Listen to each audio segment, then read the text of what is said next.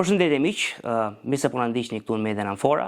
Në këtë episod të podcastit të Diskuto, ne do të flasim në fakt një tematik shumë të rëndësishme, atë që në fakt ju e keni dëgjuar në televizor në raport me rendin e ri botror. Pra, apo shkrim drejt një rendi të ri botror, a është realitet, a është mit apo çfarë është. Kështu që për të diskutuar këtë tematik në fakt kaq të rëndësishme, unë kam ftuar profesorin e asociuar Klejt Këlliçi për të diskutuar në fakt të temë kaq të rëndësishme. Klejt, unë të falenderoj që e bërë pjesë e këtij episodi. Faleminderit. Kënaqësi që të kemi këtu dhe në fakt do të nisim me shumë tematika në fakt që duhen diskutuar. Edhe kam përzgjedhur këtë temë në fakt në raport me çfarë po ndodh sot në Iran, pra një konflikt, një luftë, mund ta quajmë çfarë duam në Iran midis SBA-ve dhe Iranit. Dhe sigurisht që ka shumë teza, pra për shembull, njëra tezë është ngushtica e Hormuzit, thuhet që Shtetet Bashkuara të Amerikës duhet ta kenë kontroll, që mos ta ketë në kontroll Kina. Një tezë tjetër është lobi i Izraelit, një tezë tjetër është siguria. Pra në raport me raketat balistike të Iranit apo dhe programin bërthamor të Iranit. Ku qëndron e vërteta? Pse ky konflikt tani më në lindjen e mesme? E vërteta qëndron diku në mes, por nuk kam përshtypjen që në rastin e lindjes mesme janë dy fuqi të rëndësishme të cilat janë ose të paktën janë gjendur në një moment konflikti, që janë Izraeli me Iranin. Pra, mbasi janë eliminuar disa fuqi të ndërmjetme që ndodhen mes Izraelit dhe Iranit, që janë Iraku bashkë me Sirinë. Mbasi është neutralizuar në vitet 80 me akordet e paqes Egjipti si rrezik permanent për Izraelin, i vetmi vend i cili ka ndonjë ose vendi më i rëndësishëm konkurrent kundërshtar Izraelit në mesme mbetet Irani. Njëkohësisht është një vend i cili perceptohet edhe si një rrezik jo vetëm permanent, sepse mund të bashkëjetosh me armikun, bile mund të ndërtosh edhe një raport me armikun, por në rastin konkret rreziku duket gati ekzistencial, sepse janë dy armiq të cilët nuk e njohin legitimitetin e njëri tjetrit. Irani nuk njeh legitimitetin e Izraelit në dy rrafshe, si në atë të popullsisë edhe në atë të pasaportave. Në rrafshin e popullsisë dhe të territorit, aty ku popullsia njësohet me territorin, shtetin e Izraelit. Irani ka një minorancë hebrejsh brenda për brenda që jetojnë në kushte relativisht të kënaqshme. Pra, sipas regjimit apo jo vetëm sipas, janë kushte që sigurojnë një mbijetesë në rrafshin kulturor dhe fetar. Rrafshin kulturor dhe fetar. Pra hebrejt praktikojnë lirshën fenë e tyre në Iran. Po, në Irani është një vend i cili ka një se tush regjimi fetar ka arritur në atë pikë që ka një lloj balance fetare, nuk është represiv nga pikpamja fetare në kuptimin e pranimit të një doktrine zyrtare.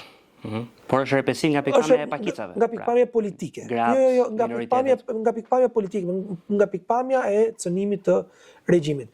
Ndofta, se po i futemi çështjes minorancës, ndofta edhe për efekt për treguar se si mund të jetojnë hebrejt pa pas shtetin e tyre si minorancë në një vend të pashqetësuar.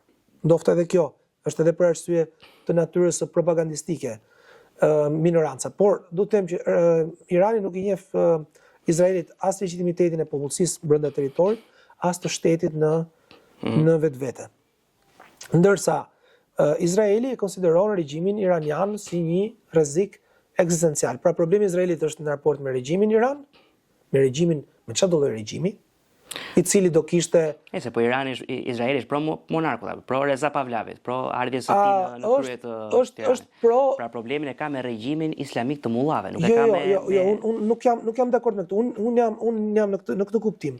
Izraeli armiqsinë e ka me cilin do regjim i cili vjen në diskutim ekzistencën e shtetit të Izraelit. Kjo është. Në rastin e Iranit, regjimi projektohet në një shtet i cili ka një popullsi të caktuar, ka një zhvillim ekonomik të caktuar, ka një potencial të caktuar, të cilin mund ta vërë në shërbim të qëllimit kryesor për cilin është ose qëllimi kryesor i cili e legjitimon regjimin. Pra nëse regjimin iranian, fjala vjen në vitin 80 e legjitimonte revolucioni panislamik, botëror. Dhe pushtimi i Irakut ndoshta për të mbrojtur vendin e tyre, që erdhi direkt pas revolucionit. Kam përshtypjen që është një autor amerikan, Stephen Walt. Po. Pushtimi e Iranit nga Iraku Po. Stephen Walt, i cili ka bërë në vitet 2000, ka bërë një libër në cilin krahasonte në raport me marrëdhënie ndërkombëtare disa revolucione. Revolucionin meksikan, atë turk, iranian dhe atë bolshevik. Dhe se thosh dy dallime bënte në libër. Ishte projeksioni i revolucionit. Pra, revolucioni meksikan dhe revolucioni turk konsideroheshin si revolucione të ashtu quajtura kombëtare. Pra çdo lloj përmbysje regjimore mund konsiderohet si revolucion, i cili realizohet brenda kufive të territorit, hyn në rrafshin e një revolucioni kombëtar, ndërsa për ato revolucione të cilet e përdorin shtetin si platformë, nga i cili si springboard, si një sust, nga cilët ekspandohen në përreth, pra ku qëllimi kryesor është përhapja e ideve të revolucionit, jo aq ndryshimi i strukturës shoqërore të një ambienti të caktuar, ku fuste regjimin iranian dhe atë sovjetik, natyrisht i shihte më destruktiv ose më instabil nga pikpamja e marrëdhënieve ndërkombëtare. Atë virulencë regjimi iranian e ka humbur tashmë. Pra atë idenë e përhapjes së revolucionit në idetë e revolucionit iranian kanë vdek. Të paktën Ne shohim grupet proxy të Iranit, Hamasin, Hezbollahun dhe Houthit, që ato ide i përdorin politikisht, pra mund ta themi realisht që ka vdekur fuqia atyre ideve? Atëherë, po të tregoj një anekdotë që lidhet me Iranin. Diku në vitet 90, sapo kishte filluar aso kohë të rihapeshin xhamit dhe të ushtroi lirisht feja, një miku im shumë i ngushtë në një moment ku po debatonin se kishte filluar aso kohë të ndiqte rritet fetare etj. Më thot, asa të këqi janë të shitët, të mund kush janë shitët. Po. S'po kuptoja cilët ishin shitët. Dhe fillon e më shpjegon se cilët ishin shitët. Dhe jemi në vitin 94-95. E mora këtë anekdotën për tregu se në Shqipëri, në mes viteve 90 dhe 95 dhe 94-2000, themi, ka pas një kompeticion mes wahabizmit dhe Iranit, i cili ka tentuar të përdorte apo të përbrëndësonte gjitha grupet heterodokse islame. Wahabizmi është Arabia Saudite apo? Po, agjentët e wahabizmit, cilët tentonin ishin kompeticion me gjitha sektet heterodokse, të cilat Irani mundohej t'i afronte. Këtu bektashizmin, alevizmin etj. Nuk ndodh kjo gjë, por megjithatë ka pasur edhe kompeticion në Shqipëri, i cili transpozohet edhe në Bosnjë, në kuadrin e luftës për pavarësinë e Bosnjës, ku Irani është prezent, jo për hatër të muslimanëve të Bosnjës, por sesa për kompeticionin me wahabizmin të importuar nga Arabia Saudite. Dhe vlen këtu vetëm këtë një ndërhyrje shumë të vogël dhe si gjysmë pyetje duket ndonjëherë sikur në fakt konflikti vërtet lidhen e mesme është Iran Arabi Saudite, nuk është Iran Izrael. Do vi pak aty. Sepse them që idetë e revolucionit islamik kanë vdek. Sepse qysh në vitet 80 fillon kompeticioni mes Arabisë Saudite dhe Iranit në rrafshin fetar.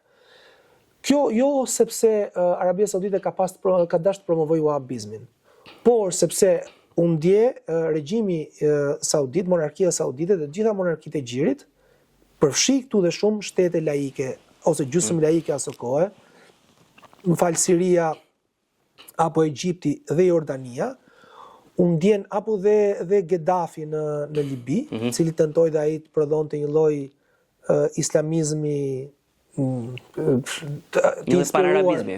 Po një lloj islamizmi, doktrine islame të promovuar apo me autor Gheddafi, pra. Edhe kjo ka qenë si aso kohë si ide. Si Bibla Jeffersonit. Pak a shumë shpërndante atë librin e Gjelbër dikur kur vinte në për takime etj. Ato takimet e famshme në Itali me modelet që i mblidhte dhe i shpërndante librin e Gjelbër. Po le të vim pak e kjo, pra në vitet 80 fillon një lloj kompeticioni, regjimet vihen në rrezik Dhe është këtu pikërisht pika kur revolucioni iranian futet në konflikt me regjimet laike ose dhe ato tradicionale të gjirit persik. Dhe fillon dhe ata shohet ose tenton të lidhet me gjitha grupet subversive, vllazëria muslimane e tjerë që ekzistonin apo funksiononin në vende të ndryshme. Pra Irani në vitet 80 bëhet epiqendra në cilin kushdo grup fetar ose grup i cili kishte një aspirat politike të caktuar, përfshi këtu dhe grupet e ndryshme palestineze ose OÇP-n e tjerë, shkojnë dhe gjejnë mbështetje tek pra revolucioni iranian ishte një shtysë e madhe për ato aspekte të shoqërive, të shoqërisë të vendeve arabe, të cilat kërkonin një lloj alternative tjetër politike. Që aso kohë ishte alternativa fetare.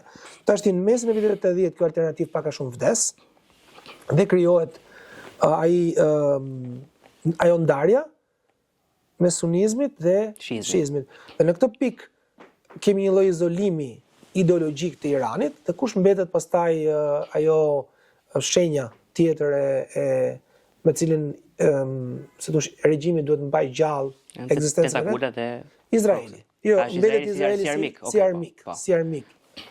Izraeli si armik. Pyetja që lidh se kam dy pyetje këtu që do lidhen në fakt edhe me narrativat. Pse ti e para një herë, pse ti si regjim duhet ta eksportosh fen tënde ose doktrinën tënde politike, pra për çfarë arsye, dhe e dyta, pse duhet ta konsiderosh Izraelin armik? Izraeli është një shtet që ty të njeh. Pra Izraeli konsideron regjimin iranian e konsideron ilegjitim sepse regjimi iranian kërkon ta shkatërrojë. Nëse ti e konsideron legjitim, s'ke probleme me Izraelin. Kjo është një pyetje shumë e vështirë, e cila kërkon një lloj analize të filozofisë teorisë politike. Je besoj i njohur që në mesjet kanë në konflikti më i madh politik i mesjetës ka qenë ai mes shtetit dhe në perandorisë dhe kishës. I cili pastaj u përkthye në konfliktin mes shtetit dhe kishës më vonë, shekullin 19. Pak a shumë ky lloj konflikti është transpozuar edhe në lindjen e mesme. Edhe po ta marrim këtë si të mirë qenë, atëre logjikisht mund të themi që në receta për të dalë dhe për t'ju afruar zhvillimit perëndimor, pra për të qenë kompetitiv me perëndimin, duhet ishte importimi i ideve perëndimore, sikurse ndodh në Japoni edhe në vendet tjera në shekullin 19. Pra nëse ka një eksport kulturor shumë të rëndësishëm që ka prodhuar Evropa, është shteti modern. Patjetër. Ky është eksporti më i madh kulturor dhe më ai frapanti, më ai thysi, sepse nëse krishtërimi ka penetruar deri diku në ato hapësirat e Afrikës subsahariane deri diku. Fjala vjen ose penetron sot akoma në Kore, e në ca vende është popullor me misionarët e tjerë. Islami ka penetruar në Afrikë e tjerë. Shteti është i kudo gjendur. Nëse ka një strukturë perëndimore e cila ka vulën e Evropës, bilas të asaj të Evropës perëndimore, të Evropës mesdhetare, të kësaj të strehës së feve monoteiste, që është Evropa mesdhetare, po të Evropës perëndimore, këtij binomit franco-britanik, le të themi. Ky është eksporti më i madh. Tash ti imagjino që ky eksporti më i madh i mbivendoset identiteteve të tjera, që janë identitetet të natyrës fetare, identitetet të natyrës etnike. Për te kësaj zhvillimi i kapitalizmit dhe moderniteti prodhon edhe narracione ideologjik kompetitive, siç është ideja e revolucionit. Po.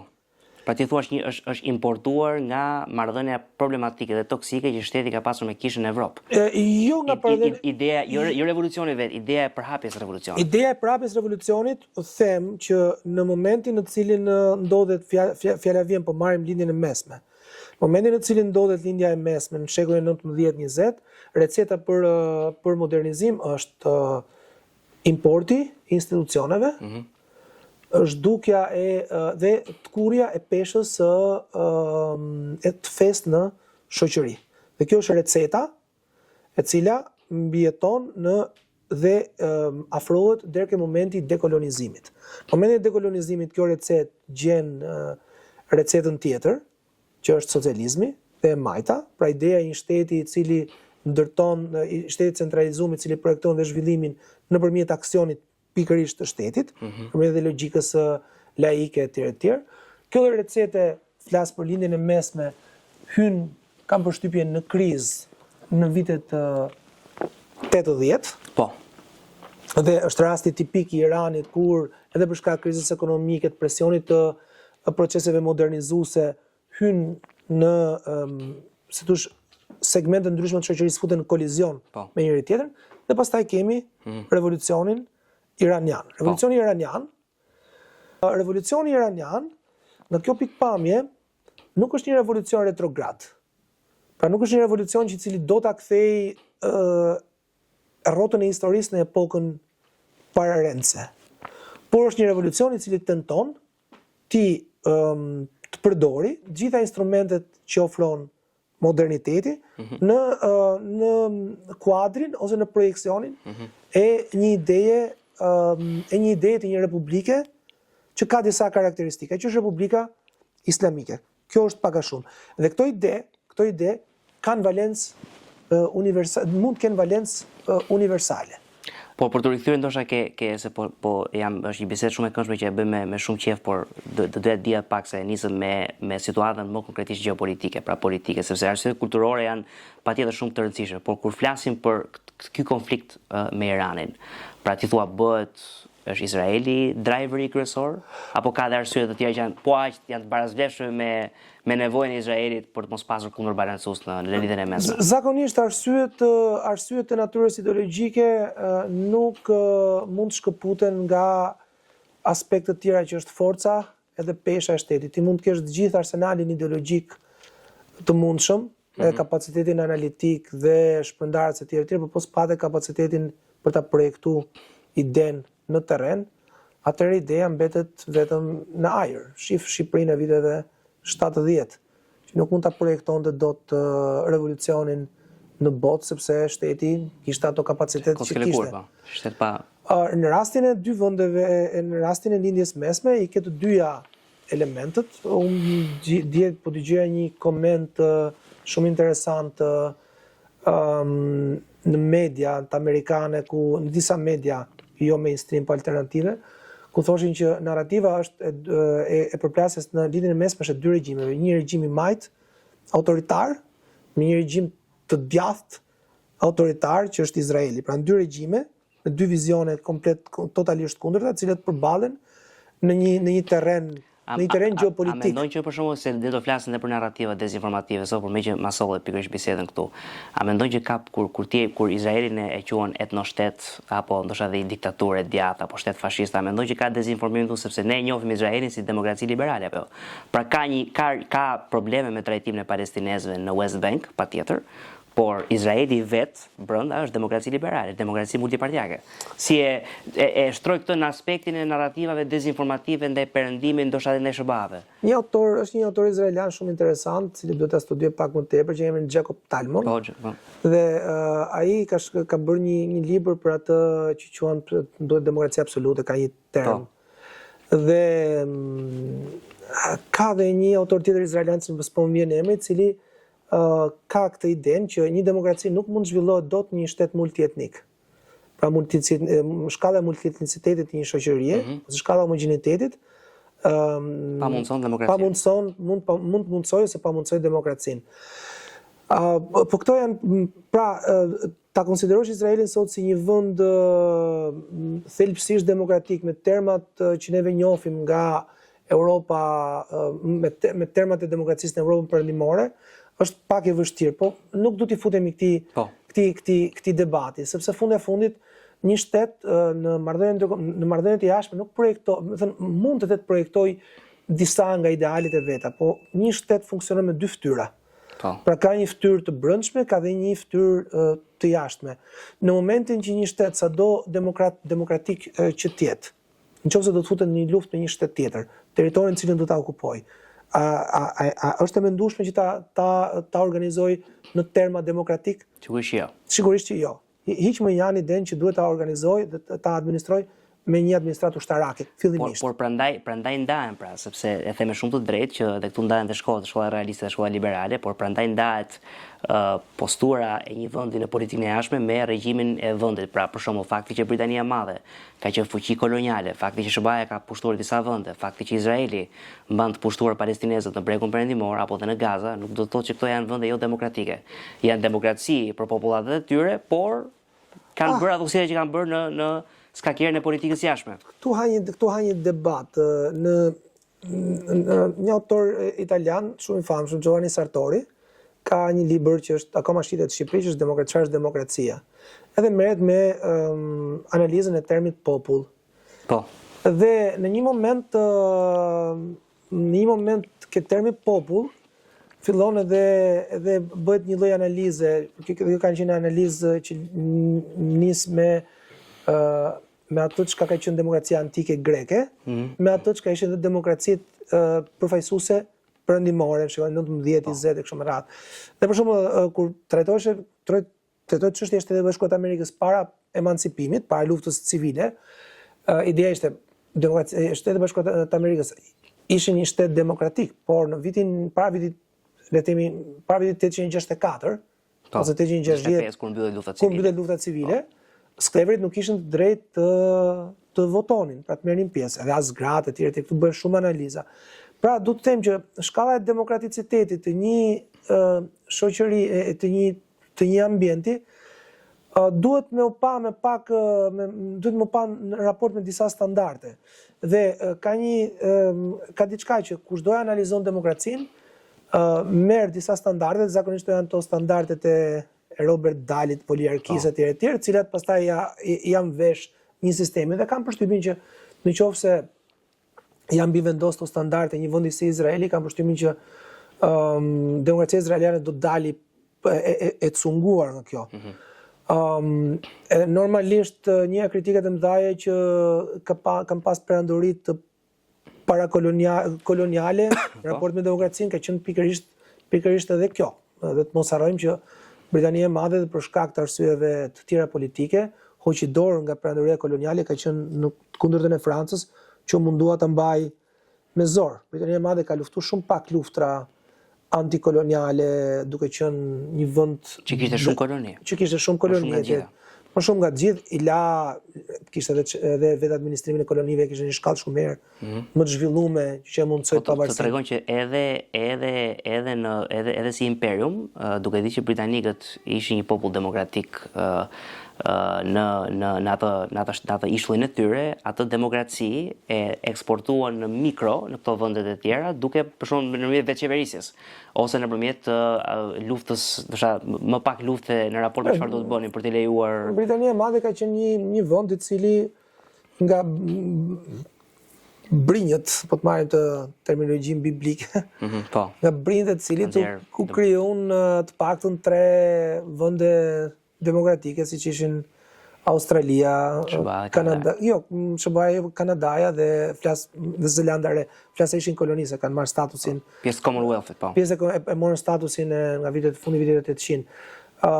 Lindi pastaj edhe një vend tjetër shumë problematik, siç ishte Afrika e Jugut, jo detyrimisht nga Britania e Madhe, po dhe Afrika e Jugut pak a shumë kishte këtë lloj statusi, po evolucioni pastaj i Afrikës së Jugut politik shkoi drejt apartheidit etj. Në rast me Izraelin, unë do të frenohesha, sepse këtu do të bëhet diçka tjetër, do të frenohesha ta konsiderojash Izraelin ose ta merrja demokraticitetin e Izraelit si metër për ta vlerësuar në raport me luftën, pra në raport me të drejtën që ka. Po kështu nuk do ta merrja në konsiderat dhe regjimin iranian ose pretendimet e regjimit iranian për të vazhduar luftën me Izraelin nga ana tjetër. Këto dy vende mund t'i konsiderojmë si vende të cilat janë konflikt në arenën ndërkombëtare. Natyrisht që regjimi iranian ka ato problemet e veta, por në rast se neve do përdorim standardet që ka përdor e vlerësimit që ka përdor Trumpi, fjala vjen në raport me vende të treta, Shteti Bashkuar të Amerikës nuk i intereson shumë ndryshimi i regjimit, sesa i intereson ndryshimi i posturës së regjimit. Pra, do t'ishin pra një gjysmë ndërrim regjimit, si ajo që pa në Venezuelë, hoqën Maduron dhe vun një tjetër, Desi Rodriguez. Ndryshimi i posturës i cili nëse do ta marrësh në raport me marrëdhënien ndërkombëtare sot në mungesën e kuadrit të një ndarje të fortë ideologjike, vlen për këtë nuk po them rend, por për këtë ambientin e ri, i cili nuk është aq ambient i ri, po ja ngjan një ambient i pak më të vjetër. Pra i ngjan një ambient të parë luftës së ftohtë. Do doja të pyesja për këtë, se një prej pyetjeve kam në raport me këtë rendin e ri botror, dhe unë sa herë që dalë nëpër media të kushtohem, them që në fakt unë mendoj që ne jemi në një fazë tranzicionale midis rendit liberal dhe një rendi tjetër që nuk e dim akoma. Dhe aktualisht jemi në një luftë të ftohtë midis SBA-s dhe Kinës, mund të ndej gabuar, po të shohim për shembull diferencën midis rendit autoritar të viteve 40 dhe rendit liberal 90 e këtej, ti ke pas një luftë të ftohtë. A mos jemi, po shkojmë te ditë sikër, pra kemi një luftë të dytë të ftohtë që po ndan dy rende, apo ke një mendim tjetër? Unë nuk e ndaj dot këtë mendimin, sepse them që si thosh, këtu përzihen dy narrativa. Një narrativë e parë që Samuel Huntington e merr për plasja e civilizimeve fort, është demokracitë nuk bëjnë luftë me njëra tjetrën. Democratic Peace Theory, teoria e paqes demokratike. Nuk bëjnë luftë me njëra tjetrën. Pra rendi liberal mbështetet mbi mungesën e pasigurisë, pra mungesën e variabiles pasigurisë me shtetet. Shtetet nuk janë më të pasigurta për marrëdhëniet të vlerave. Për shkak të vlerave që ata bashkëndajnë e kështu me radhë. Ky mund të jetë një element. Por nga krau tjetër mendoj që si thosh ideja e autoritarizmit ose arsyet pse ekzistojnë sot regjime autoritare kudo në botë lidhet edhe me si thosh regjime autoritare janë zgjatime të problemeve që ka një demokraci. Pra sot ti para 50-60 vjetësh alternativat politike kanë qenë shumë më problematike se ato që janë sot. Pra alternativa politike diku po të flasim deri në vitet 80, po ta marr. Pra vjen në një vend si puna e Etiopisë rrëzohet perandori. Dhe vjen në pushtet një regjim ushtarakës i cili e projekton Etiopinë si një shtet socialist. Dhe jemi në diku në vitet 70, gjysmë e vitet 70-80. Kemi ëndra socialiste në Angola, në Mozambik, mbas rënies perandorisë portugeze, mbas perandorisë koloniale portugeze. Kemi ëndra socializmi në Nicaragua, vitet 80, bile sandinistët e marrin pushtetin. Pra ëndra e socializmit ekziston, ku një regjim autoritar ose parademokratik, ose i cili është më i afërt në mekanizma, në strukturë shtetërore me një regjim demokratik, ka një horizont, ka horizontin e një regjimi kryekuput kundërt. Regjimi autoritare janë në një fash deri diku gri. Pra, mundet të slidojnë mbrapa në një regjim demokratik ose mundet të shkojnë drejt një regjimi autoritar. Unë nuk besoj Kina për shembull sot dhe Rusia po puntojnë shumë drejt një logjike të një regjimi i cili ka dhe një karakter, nuk po them ideologjik, po identitar të caktuar. Regjimi komunist, regjimi kinez ruan shifrën e socializmit ose idenë për të kaluar socializëm ruan akoma të gjallë. Pra kjo faza që jemi sot është një fazë ndërmjetme për të shkuar drejt socializmit dhe për të arritur. Pra komunizmi mbetet aspirata e shoqërisë kineze, pavarësisht se unë mendoj që ata thjesht e përdorin si mjet politik, po e kanë të qartë që se për Kinën bashkimi i kapitalizmit me despotizmin politik po funksionon. Pra pse do të thotë Kina ke rendi socialist i varfërisë? Ideja që po të duhet me lexu librin që ka bërë Xi Jinpingu që ka bërë para ca kohësh, që është botuar në shqip, për të kuptuar se çfarë vizioni ka, se çdo lider kinez bën një libër. A e thot me vërtet që a beson te tranzicioni drejt komunizmit të paprovuar ndonjëherë, siç e thonë marksistët, apo thjesht është përdoret si mish për top për populatat? Ideja është kjo që regjimet moderne që nga fillimi i shtetit, se po ta bëj pak gjatë, më vlen të theksohet kjo. Pra në momentin që ti krijon, fjalë po ta marr si shembull shumë banal, vjen Ismail Qemali zbret në Durrës, pastaj shkon në Vlorë, shpall pavarësinë e Shqipërisë.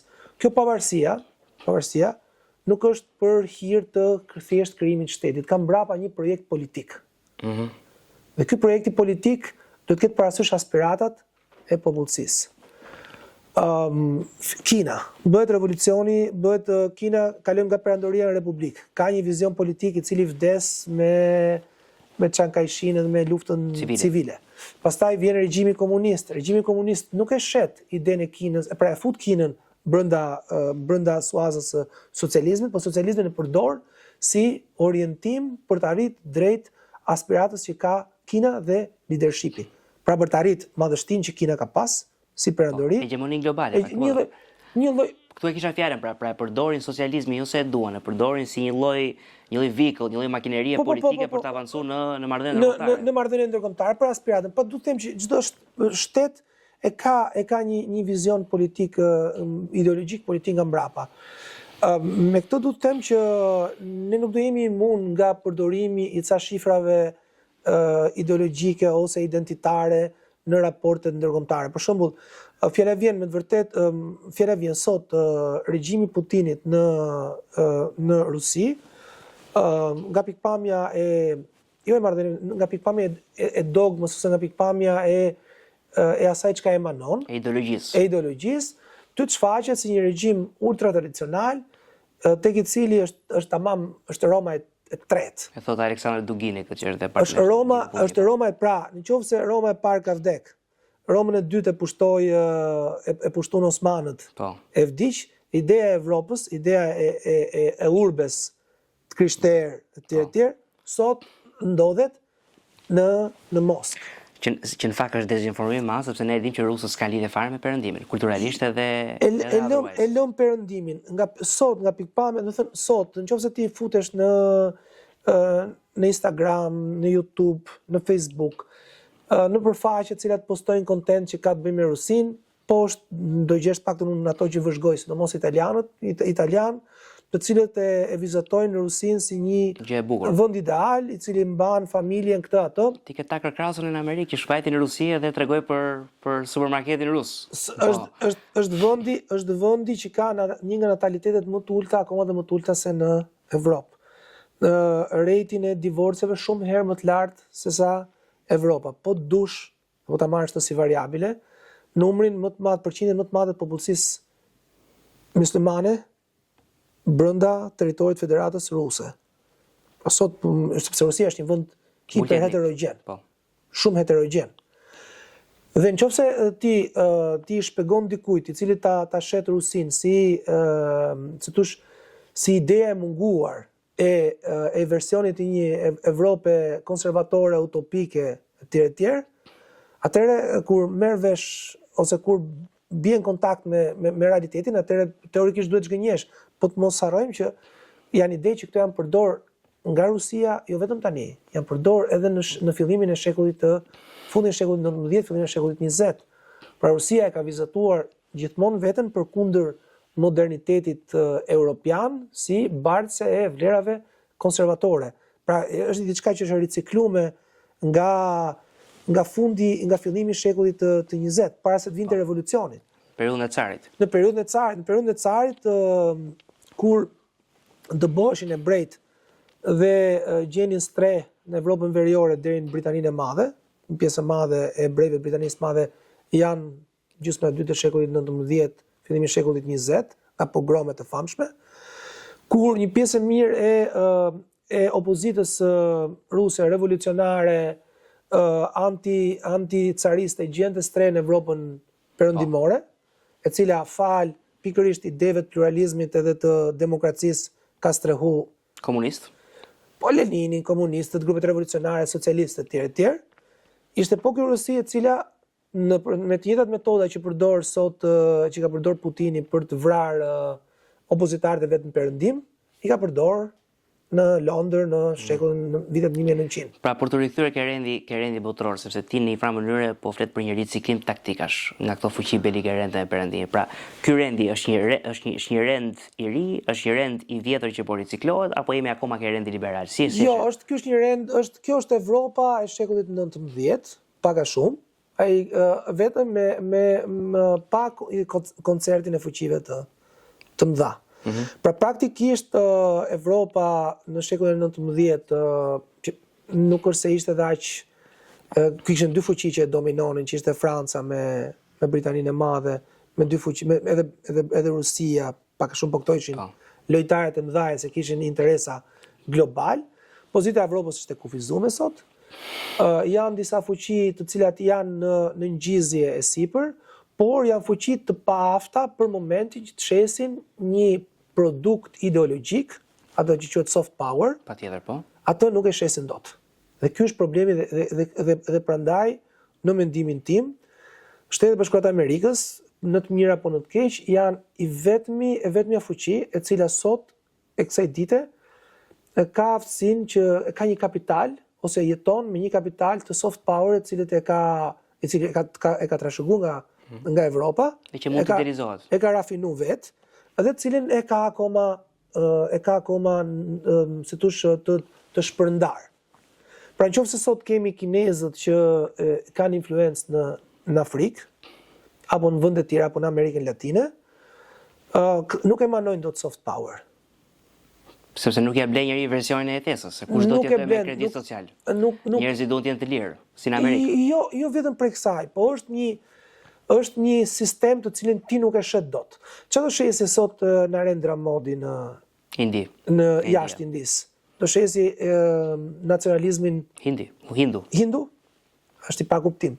Do shesi varfrinë ekstreme dhe ato pamjet me plera që gjithë ndihesh me plera. Vetëm gjë që mund shesi Irani është një revolucion islamik. Vetëm gjë që mund shesi Arabia Saudite, që Arabia Saudite më tepër është ideja e mbijetesës së regjimit se sa tentativa e shitjes në një mënyrë jetese, është një farë modeli, po cilin nuk e kapitalizon dot në kuptimin e ndërtimit një fuqie të një shteti. Është pak e vështirë. Pra mendoj që edhe në këtë rend botror tek i cili po shkojmë prap është çështje vlerash, çështje soft power. Se për shembull kur ti fole për Evropën, një prej kritikave që unë kam bërë Evropës është që nuk është çështje e vlerave, është çështje që nuk projekton dot fuqi ekonomike dhe politike.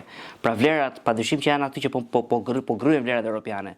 Por apo shkojmë drejt një rendi përplasje fuqish, apo po shojmë drejt jemi po prapë ke rendi vlerave, po thjesht ka ndryshuar hierarkia e vlerave. Ideja ime është që sot, si thosh, monopolin jo të soft power, por të një mënyre, modaliteti jetese e mban akoma perëndimin. Pra ideja që një shtet në Afrikë duhet zhvillohet, duhet importojë një formë organizimi social dhe ekonomik, cilin e derivon nga një burim tjetër. Thuaj këtë budallënjve marksistë në perëndim që mendojnë që kapitalizmi është problemi dhe që perëndimi është mizor. Se në fakt kishte një polarizim të madh, unë kam parë edhe vetë në Amerikë që njerëz për shkakun që idolizojnë Kubën apo idolizojnë regjime socialiste në një kohë kur jetojnë në krem de la krem, kur jeton, pra jetojnë në privilegj, në vendin më të privilegjuar të botës. Çështja e problemet sociale në çdo vend do të jenë permanente. Unë jam i bindur që sot në Rusi ka shumë individ cilët nuk e dëshirojnë atë formë organizimi, është e rishpërndarje. Kjo është një aspekt tjetër, sepse unë dhe sot e kësaj dite nuk gjej dot kërkënd që të ofroj, dhe për herë të fundit besoj që si thosh receta ekonomike të tipit të socializimit masiv janë ofruar në Venezuela. Në vitet me Chavezin dhe pastaj me revolucioni i Chavezit, po. Dhe edhe ato receta kanë një bazë, niset nga një bazë shumë problematike. Pra niset nga një bazë e cila implikon shfrytëzimin e surplusit që të vjen nga një burim ekonomik, një burim natyror që është nafta. Pra, çka ka ndodhur si ka imagjinuar socializmin Chavezi, dhe pse është problematik imagjinimi një socializmi në një shoqëri perëndimore, le të themi. Sepse mund ta marrësh si hipotezë që ideja vazhdon, ideja mund të aplikohet, dhe gjen aplikim dhe gjetin aplikim në Venezuela. E lëmë një anë që është e dështuar ose ka dështuar, e lëmë një anë këtë gjë. Po premisa nga e cila niset është të gjithë resurset që mua më vjen nga një burim që nuk e kam shpik vetë, se menaxhoj vetë, po më vjen më ka dhënë i madhi Zota, natyra. Zoti, po. Cilin unë e menaxhoj, zgjedh një surplus dhe cilin unë pastaj ja transferoj institucionet popullatës. Po ta shohësh, të njëjtën gjë në të njëjtën situatë është dhe Norvegjia. Po Norvegjia atë surplusin financiar që ka marrë, ka një fond rezervë, cilin e përdor, sepse në qoftë se do t'ja transferoj totalisht popullsisë, atëherë në Norvegji do kesh inflacion gjigant, masiv. Se ke shumë shpenzim. Shpenzime të tjerë, është problemi që i ndodhi shahut vitet 70. Që gjithatë dhe do thatë kapitali, se ku do gjesh pra, se kur ti naftën e investon, rritet ajo në mënyrë proporcionale. Kurse kur ti e merr dhe rishpërndan rrushakuma e bën rrushakuma me popullin, ikën para. Do thënë, e lamë një anë këtë gjë. Pra sot ti nuk ke, sado mund të kesh lider majtistë, cilët mund të fitojnë zgjedhjet. Recetat majtiste mund të jenë problematike. I vetmi terren në cilin majtizmi ose recetat e majta po gjejnë në terren, dhe kjo është shumë problematike, sepse kanë kriju një lloj parcelizimi ose pluralizimi të tejskajshëm të shoqërisë, janë ato që kanë bënë me politikat e identitetit. Wokeness pra, postmodernizmi.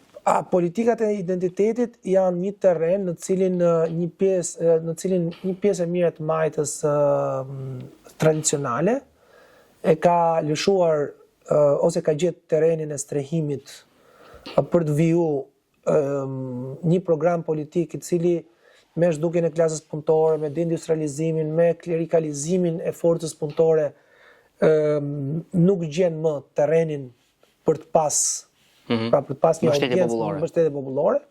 Dhe natyrisht janë politikat gjinore ose politikat e identitetit. Po të cilat kanë një efekt shumë problematik i cili do të mund të ndihet në periudhën afatgjatë. Prandaj neve sot kemi dhe një lloj propagande e cila antiperëndim, pra jo vetëm antiperëndimore, por e cila e shef perëndimin si të dobët. Pikërisht promovimi i këtyre politikave atë cilat në pamje të parë ofrojnë njohjen e të drejtave të njeriut.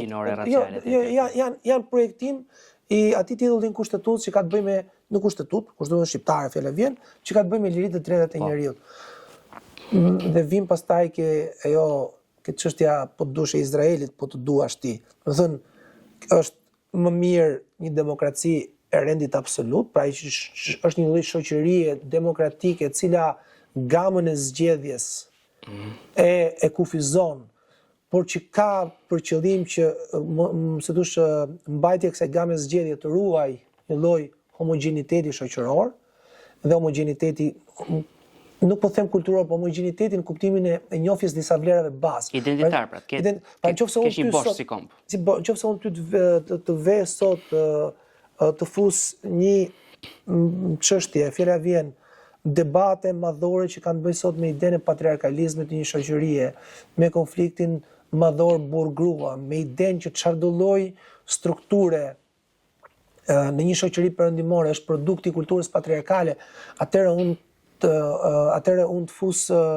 një pikpyetje të madhe në ndërtimin edhe të marrëdhënieve më banale. Po. Më banale. Po kjo për këtë është bërë pra që të dekonstruktohet çdo gjë. Sepse ajo është bërë për të shkatruar, dhe unë teza ime kjo është që për shembull e majta ekstreme, po edhe djata ekstreme po duash, po e majta ekstreme veçanërisht është financuar nga Kina dhe Rusia për të subvertuar, siç e thotë ti, për të polarizuar shoqëritë atje, sepse ti po shkove në atë logjik, ti dekonstrukton çdo gjë, siç e thotë ti. Këtu daç mund biem, daç mund mos biem dakord. Këto janë instrumentat që një shtet i përdor për të arrit një objektiv të caktuar politik. Jo më kot ta përmenda rastin e Rusisë cariste. Një nga vendet i cili ka financuar lëvizje edhe ultrakonservatore, ndofta edhe si thosh parti politike të cilat kanë pas qëllime jo destruktive, apo problematike në vendet perëndimore, ka qenë Rusia. Jo tani. Po flas në shekullin 19, periudhën e carit, për të mos ardhur pastaj në periudhën e parë të ardhjes së mbështet vitet 20 të regjimit të Leninit, i cili Parti Komuniste pa fund Evropë. I cili po ngorte për bukë popullsinë ruse, ndërkohë që mbante dhe financonte grevën e madhe të në Britaninë e Madhe është një grevë shumë e rëndësishme pas luftës parë botërore 1920, në mos gaboj. Pra financonte gjitha lëvizjet që orientuese të majta ultrarevolucionare, spartakistët etj. Për të krijuar një, siç bën Irani me Hezbollahut, Hamasin. Grupe proxy, po jo të armatosura, apo grupe politike? Po edhe të armatosura etj. Brigadat e kuqe mund të kenë një Itali etj. Brigadat e kuqe janë histori tjetër, po për të shpërndarë revolucionin ose për të ruajtur mbi jetesën e regjimit. Po. Dhe këto do vazhdojnë gjithmonë. Ndofta ti po deshe, po duash ta përkthesh ndryshe. Në vitet 90 shumë nga perëndimi janë financuar grupime të ndryshme prodemokratike në vende të tjera. Valesa e kompani e kështu me radhë. Pra, kjo do ndodhi gjithmonë. Problemi është cila është mbajtja ose nervi i rezistencës së një shoqërie, dhe cilat mund të jenë dhe sa mund të mobilizohen dhe cilat mund të jenë ato gatekeepersat e rëndësishëm që mund ta mbajnë si thosh frenën e përhapjes së ideve, të cilat natyrisht që janë të rreme, por dhe çfarë impakti mund të kenë këto në periudhën afatgjatë në një shoqëri. Ti je i bindur që daç narrativa ultranacionaliste të djathta, që nuk janë ultranacionaliste, janë me natyrë shoviniste, me natyrë imperialiste, as imperialiste, me natyrë shoviniste të brendshme, pra ideja e grupime ultra djathta të cilat luftojnë jo fort kundër emigracionit, por në rrafshin më të fort identitar. Mund të gjenë financues të jashtëm sa duash. Sikurse dhe alternativat më divizive, më inkluzive, divizive të majta, po, inkluzive në thojza, por divizive de facto, ose de jure janë për të drejtat e njeriut. De facto ajo që ka ndodhur edhe në Amerikë, po edhe vende të tjera perëndimore, është që njerëzit kanë humbur punët, janë pushuar nga puna për aksioma, si burri nuk bëhet dot grua dhe gruaja nuk bëhet dot burr, pra për gjërat bazike. Para 2 ditësh po shija një dokumentar për lindjen e mesme dhe në kompeticionin e vendeve të pasura të gjirit, Katarit, Emiratet e Bashkuara Arabe dhe Omanit. Jo Omanit dhe Arabi Saudite. Dhe komentuesit po flitnin për rolin e Katarit. Siç e dim, Katari ka financuar çfarë do lloj lëvizje nga më të çuditshmet. Nga Hamasi aty ku është, po dhe tjera. Al Jazeera projektimi një lloj soft poweri që nuk e merrte vesh se cila ishte agjencia nga mbrapa, thonë cili ishte qëllimi nga mbrapa, që nga grupime në kampuset universitare amerikane pro Palestinë etj. Dashni, ideja ishte kjo që një vend si puna e Katarit, si do shpëtonte nga pranvera arabe në vitin 2007 kur ndodhi, ose si do shpëtonin monarkitë e gjirit nga kjo vala e madhe e pranverës arabe. Do kundërbalanconin me modelin e tyre, të pravin modelin e tyre. Jo atashuan në një farë mënyrë pranverës arabe, sepse nuk du me qenë, në 2007 kam qenë student, po ideja, sa kisha mbaru universitetin, më isha në afër doktoratës, po e kam pa pranverën arabe me shumë skepticitet, me shumë skepticizëm aso kohë, sepse mendoje që modeli i shtetit ala perëndimor, si thosh modeli perëndimor i shtetit dhe një lloj shoqërie laike, jo nuk bën për ato njerëz, kishte dështuar. Jo për shkak të modelit, por për shkak të krizave ekonomike, pamundësisë zhvillimit etj. etj. Ideja në thelb, sepse ta përmenda rastin e Ismail Qimalit, është kjo, që ti kur e ke shitur këtë modelin, nuk e ke shitur si model organizimi thjesht, por e ke shitur si model prosperiteti ekonomik. Po problemi i prosperitetit ekonomik që shteti mund ta themelosh kudo. Prosperiteti ekonomik nuk mund garantohet kudo. Dhe prandaj receta tjetër ka qenë receta e autoritarizmit kultural, bazuar me ide kulturore. Jo, dhe një autoritarizmi ekonomik, si thosh një lloj, se s'po vjen termi, vetë mjaftueshmërie ekonomike, të cilën e kanë provu shumë vende. Pjesa më e madhe e vendeve që dalin nga periudha e dekolonizimit provojnë vetë mjaftueshmërinë. një lloj socializmi autarkik, se më erdhi termi, socializmi autarkik. Po. Një lloj socializmi autarkik, i cili dështon në vitet 80 jep shenjat e goditjeve të mëdhaja, dhe po ta shohësh aty ke në vitet 80 ke revolucionin iranian në një krah, zbulimin e islamit politik, dhe që i cili në 2007 pastaj gjen edhe i cili kishte gjetë në vitin 92 në Algjeri terren ku Fronti Islamik de Salvacion fiton zgjedhjet dhe pastaj fillon lufta civile, e gjen këtë terren dhe në vitin 2007 monarkitë i gjen gati të pa përgatitme dhe mënyra se si këta mundet i mbijetojnë kësaj vale, se do t'i prekte edhe këta. Në fillim ka qenë wahabizmi në vitet 80, pastaj ishte si thosh për kraj apo prapë një lloj. Pra kanë fomentuar një far kulture që kur t'i vinte vala dhe këtyre këta ishin. Jo, kanë përshtypjen e kanë kalëruar deri diku, e kanë mbështet deri diku. E kanë mbështet deri diku, por në momentin që e pan që kjo vala do t'i binte, do t'i merrte apo prapë me vete, atëherë pastaj janë rikthyer. Për shembull, Arabia Saudite ka mbështet shumë, edhe Emiratet Bashkuara Arabe ka mbështet shumë Sisi në Egjipt. Po. Një diktaturë ushtarake e cila kundërshtari kryesor i cilës mbetet Vllazëria Myslimane. Organizatë terroriste. Organizatë terroriste ose jo, kjo është organizatë terroriste. Sipas me dhe sipas Departamentit Amerikan Shtetit. Unë mund t'i vek të termin terrorist, po unë them që thellë në si thosh në ata harkun e madh që shkon nga kolonat e Herkulit në Atlantik, në Gibraltar, e që i afrohet deri diku Tigrit, nuk e di se kush lumi i fundit o Tigri o Eufrati, po deri diku ke zona e ndarjes mes shiizmit dhe sunizmit. Ka një përshtjellim dhe debat madh historik, i cili është mes një modeli islami politik, bashkues të kthimit të një lloj panarabizmi, ose një strukture shtetërore më të kufizuar. Ajo panarabizmi është një ide e cila për mua ka vdek, nuk materializohet dot. Saddam Husseini ka qenë ndoshta promotori më i madh i panarabizmit dhe Irak. Bota arabe gjithmonë ka prodhu një leadership me tendenca vetë bashkuese, që nga presidenti i parë, s'po vjen emri i Egjiptit, ky që vdiq para luftës mas 67-s, s'po vjen emri.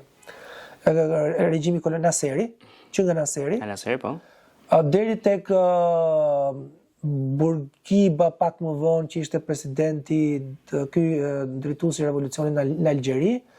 Pastaj Saddami, ky Gheddafi Saddami. Bota arabe dhe Khomeini fund fare. Bota islame e ka kërkuar gjithmonë një far lideri. Problemi që ndron këtu, që ashtu siç është ndamjen e shtete. Dhe çështja e shtetit mbetet ta garantoj që të paktën në 120-200 vjet të ardhshme shteti do mbetet qendra më e rëndësishme e organizimit politik botror. Unë i rri me shumë njëri pa shtet nuk kanë fakt. Unë jam i kësaj bindje edhe dokra komuniste, një shoqëria jo vetëm pa klasa, por dhe pa shtet, është një dokër utopike që shteti për mua, shteti në arenën ndërkombëtare reflekton diversitetin, shifrën e diversitetit të një shoqërie. Një shoqëri by default, për kufizimi, mbetet plurale. Sado që ti ta krijosh, të tentosh ta krijosh shifrën e homogenitetit, dhe këtë e provun diktatura totalitare, naziste, fashiste, nuk arrin dot ta bësh. Është e pashmangshme. Dhe për këtë dhe unë mendoj që bota është ndarë në shtete për shkak sepse bota është plurale. Patjetër, në mendim, në bindje. Në bindje. Po dhe po të vija ke zonat arabe, se do të e te i kalum. Pavarësisht fesë dhe gjuhës, janë vende që shprehin ide kombëtare të ndryshme, por më tepër janë në kompeticion me njëri tjetrin. Kjo i bën human në kuptimin edhe të ngjashëm, po prapë me kompeticion për resurse, me europianë, me tjerë. E vetmi rajoni botës, i cili ka gjetë një lloj modus vivendi me një çmim shumë të lartë të paguar në harkun e 30-40 vjetëve, ka qenë Europa. Po. Me shumë të lartë, po që ja ka vletur, sepse një farë, për shumë Francis Fukuyama në librin e tij thotë që demokracia është rendi final Pra njeriu do bëhet qenie demokratike dhe aty mbyllen gjithë luftat. Ai parashikim nuk ka dalë, por paqja demokratike në Evropë është garantuar dhe vijon sot të garantohet, se Ukraina është në Evropë kontinentalisht, por nuk është pjesë kulturale e Evropës. Evropa kulturale, Evropa demokratike, edhe sot, kur ka shumë presione, që nga SBA, që nga Kina, që nga Rusia, këto tre fuqitë e mëdha, që do ndajnë skakierën e politikës jashtme me njëra tjetrën, prapë Evropa ngelet e idesë që demokraci, liri dhe jo luftë apo jo. Tim ne mund të themi këtë. Okej, unë e pranoj deri diku këtë, po mund të themi këtë që ajo shprehje e famshme ta bëjmë Shqipërinë si gjithë Evropa, që në Evropën lindore ka qenë rikthimi tek Evropa. Është një po ne këtu kështu kemi pas ka qenë ikje nga vetvetja, fjala vjen. Pra, ideja e polakëve, çekëve, hungarezëve nuk ka qenë ideja e kthimit të një identiteti evropian. Nuk e besoj kjo. Ka qenë ideja e ikjes nga një situatë pasigurie, e cila i çoi në dy konflikte të mëdha botërore me një koda 50 vjeçare që ishte pushtimi sovjetik. Pra në qoftë se ti merr historinë e Evropës lindore dhe e shef, jo ato të Evropës perëndimore, sepse Evropa perëndimore ka luftuar me armë barabarta. Franca me Gjermaninë, kjo ajo etj. Në Evropën lindore çka ke pas? Ke pas një Poloni që është shpërbër në arkun e 100 vjetëve nga tre fuqitë e mëdha, Gjermania, Austro-Hungaria, Rusia. Iku kjo. Ke pas një Hungari e cila bën revolucionin 1864-s, ju imponua identitetit, ju imponu Austrisë si pjesë përbërëse. Pate luftën e parë botërore, e cila i ktheu shtete indipendente, po me mërirat, me teritoret ka të marra etj. Erdhi lufta e dytë botërore, me pushtimin nazist, me persekutimin, me është ajo që quhet Bloodlands, është një Timothy Schneider që Bloodlands, toka e gjakut, është ky trekënd që Ukrainë, Poloni, Bielorusi, pak a shumë, ku janë vrarë janë prerë ka pas konflikte gjithmonë midis fuqive. Ka pas konflikte që u përplasën, tashti nuk ka pas konflikte gjithmonë. Po ato më virulente të janë ndodhur aty në një periudhë caktuar me intensitet madh. Po të vim ke Ballkani, shpëtimi nga vetja, se ke pas luftrat ballkanike, terror etj. Fuqia barudit. Fuqia barudit që dhe ajo është një termin shpikur, po e ke pas të idenë e konfliktit, i cilin mos harrojmë që në vitet 90 ka qenë po aty. Sigurisht. Greqia, Turqia, Shqipëria, Bullgaria, përtej ish Jugosllavisë. Atashti, rikthimi ke Evropa është një lloj shpëtimi, pra shpëtimi që ti përfton, pra ti heq dorë, kjo është heqja dorë nga sovraniteti, në emër të një identiteti tek i cili e di që, sepse problemi që ndron këtu, neve identitetin ton kulturor dhe shtetëror, e kemi importuar nga Evropa. Ne kemi bërë luftë në këtë vend. Identiteti shtetëror, se kulturor e kemi marrë fatkeqësisht nga Perandoria Osmane. Jo, kemi luftuar. Identiteti kulturor i joni është një lloj piktakimi mes identitetit evropian dhe identiteti Osman, i cili është në ndryshime sipër. Dhe kjo vlen jo vetëm për ne, vlen edhe për Turqinë, mos e fuzim veten në këtë pikë. Dhe ne kemi qenë në luftë të vazhdueshme, kjo luftë ka filluar në 1912 dhe ka vazhdu në mënyrë edhe vazhdon, nuk po them se vazhdon deri sot, sepse në një farë mënyrë është e pranuar, por rikthimi ke Evropa është ke Evropa perëndimore është pikërisht kjo, ne heqim dorë nga një modalitet konflikti. Dhe kjo ka qenë jo vetëm tek rikthimi ke vlerat. Po. Se asnjë nga vendet e Evropës lindore, po ti futesh historisë, përveç Çekoslovakisë, nuk ka pas një regjim demokratik para luftës në momentin kur u kriju shtet i mëvetshëm. Të gjitha shtetet nuk asnjë kanë pas intermezzo të vogla liberale, bile për Çekoslovakinë ha debat e mes dy luftrave. Po i vetëm ky ka qenë, po në cilat janë vlerat që ti do Evropës, demokracinë, ti e kthyer tek Evropa në kuptimin e një ambienti ku mbijeton ajo paqja demokratike, ku për shkaqe të ndryshme ka ekzistuar dhe ekziston akoma, ka ekzistuar ideja e Evropës. Ekziston dhe ideja e panarabizmit. Ekziston ideja e panturqizmit. Po janë dy ide të cilat nuk kanë gjetur në një terren organizimi. Po, sepse kombështeti vjen të ngelet I fuqishëm dhe prandaj ti ke dhe lëvizje sovraniste sot në Evropë dhe më gjërë që thonë, shiko, liberalizmi dhe globalizmi kanë ca të mira, po dalja se po shkojmë shumë larg me këtë pjesë edhe dikur për shkak flitet edhe për këtë idenë e global government, pra qeverisë globale, por ajo që doja të thoja për ta përmbyllur ndoshta bisedën, do ta marrë mendimin tënd nëse ke diçka për të thënë në fund, domethënë sovranistët për këtë, unë nuk bie dakord me parimet sovraniste, por sovranistët për këtë kanë lindur në një farë mënyrë. Pra, po shkohet, nëse ti do shkosh te pan-europianizmi, ti do shuash kombështetet brenda Evropës. Dhe prandaj kanë lindur edhe këta që thonë që jo, sepse gjermanët dhe francezët janë të ndryshëm, apo gjermanët dhe britanikët janë të ndryshëm, apo gjermanët dhe polakët janë të ndryshëm.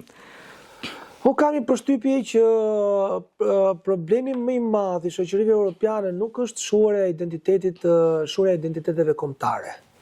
Problemi I madh I shoqërive europiane është një problem dhe një klesh kulturor me të cilin këto shoqëri do përballen për shkak të një diversiteti të importuar që vjen nga emigracioni masiv.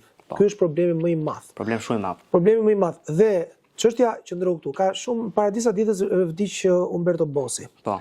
Ish themeluesi Legës Lombarde, pastaj Lega Nord. Partia të djathtas ekstreme. Është një nga baballarët më interesant të atij që quhet fenomeni populizmit populizmi politik në Evropë në vitet 80-90. Lega Nord ka një shift në një shkëputje në ligjërim, I cili është nga autonomia e Padanës, identiteti Padan që I thriste jugorët Terron, fshatarët, pa etj, drejt një identiteti kombëtar dhe drejt një identiteti europian. Pa emigrant. Pa emigrant. Pa emigrant. Pa emigrant pa ligj, ose pa emigrant nga një botë që është kulturalisht e kundërt nga Evropa, ndoshta. Domethënë nga kulturalisht unë nuk thash e kam pak ideja europiane është një lloj kleshi I madh sepse shoqëritë europiane për shkak që nga më të ndryshmet kanë qenë shoqëri shumë homogjene. Nëse ti do të shohësh homogjenitetin, duhet shkosh në vende si Britania e Madhe, si Anglia, do të në vende si Franca. Këto të dyja më vinë mend, se vendet tjera janë shumë heterogjene, po do të shkosh në Norvegji, në Suedi, ndoshta në Danimark, etj.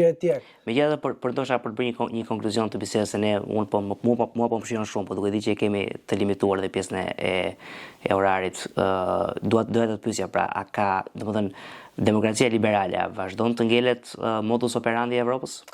Sa kohë që do të ketë një popullsi aktive, pra populli do të jetë aktiv, atëherë gjithmonë alternativa politike mbetet.